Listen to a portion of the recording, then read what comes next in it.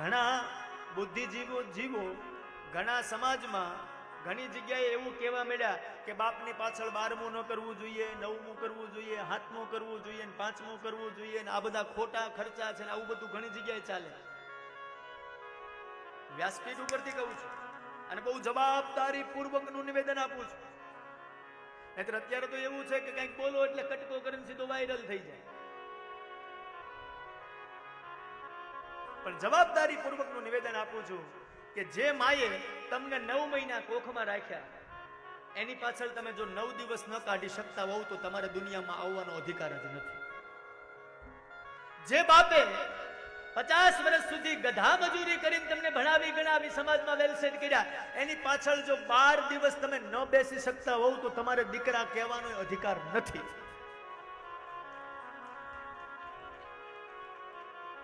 અને હજી કહું છું, ઘણા એવું કહેતા હોય કે શ્રાદ્ધ ને આવું બધું ન હોય તો બ્રાહ્મણોએ ઉપજાવેલી વસ્તુ છે, આવું નિવેદન આપે. એને મારે કહેવું છે, શ્રાદ્ધનો મતલબ થાય શ્રદ્ધાદાત દીયતે ઇતિ શ્રાદ્ધમ, શ્રદ્ધાથી કરો એ શ્રાદ્ધ. અહીંયા ગૌકર્ણજીએ શ્રાદ્ધ કર્યું તો ધુંધુકારીની મુક્તિ ન થઈ. આવા ઘણા ઉદાહરણો લે છે કે ગોકર્ણે શ્રાદ્ધ કર્યું તું ને ક્યાં ધુંધુકારીની મુક્તિ થઈ. પણ ગોકર્ણનું ગોત્ર અને ધુંધુકારીનું ગોત્ર એ બે એક નહોતું. ગોકર્ણ ગાયનો દીકરો હતો અને ધુંધુકારી એ આત્મદેવનો દીકરો નહોતો, આત્મદેવની હાળીનો દીકરો હતો. અને એનું કોઈ ગોત્રનો મેળ બેસે નહીં. બાકી સગોત્રનો એક જ ગોત્રનો વ્યક્તિ કદાચ 71મી પેઢીએ થતો હોય અને એ તે ઈદમ જલમ દત્તન્નમમ કરીને અર્ઘ્ય આપે ને તો એની મુક્તિ થાય જ. આ ઋષિઓની એક ગાથાની સહી કરેલી વસ્તુ છે. આ તો બહુ ભણી ગયા છે એને નકામા. અને પ્રમાણ આપું તમને, રામચરિત માનસની અંદર જ્યારે સીતાજીને રામ જ્યારે 14 વર્ષનો વનવાસ કરવા માટે ગયા, ખબર પડી રામ રામ કહી દશરથના પ્રાણ ગયા. અને જ્યારે રામજીએ પિંડદાન કર્યું ત્યારે સ્વયં ગંગામાંથી દશરથનો હાથ બહાર નીકળ્યો પિંડ લેવા માટે. હાથ દશરથનો બહાર નીકળ્યો પિંડ લેવા માટે.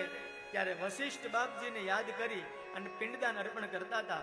એ સમયમાં આકાશવાણી થઈ કે હે રામ, તમે ભલે ભગવાન હોવ પણ શાસ્ત્રનો નિયમ છે કે દાભની ઉપર પિંડ અપાઈને એ જ તમારા પિતૃને જાય. બાકી હાથો હાથ દશરથને આપશો ને તો દશરથની મુક્તિ નહીં થાય, ભલે તમે ભગવાન હો. પછી દર્ભની ઉપર રામજીએ પોતાના બાપનું પિંડદાન કર્યું અને દશરથને પિંડ પહોંચ્યું. તો કોઈ અભણ કે ભણેલો જે કોઈ ટીકા કરતો હોય એને શાસ્ત્રનું પ્રમાણ છે. આ તો 2 શબ્દ ક્યાંક સાંભળ્યા હોય એટલે મળે બોલવા. અત્યારે કેવું ચાલે છે, અદ્ભુત ચાલે છે. નથી દેઠી ભૂખને આખો ભૂખ ઉપર પ્રવચન કરે. ભૂખને જોઈ ન હોય, ક્યારે પોતે ભૂખ્યો ન રહ્યો હોય અને પછી ગામને કહેતો હોય ઉપવાસ કરો.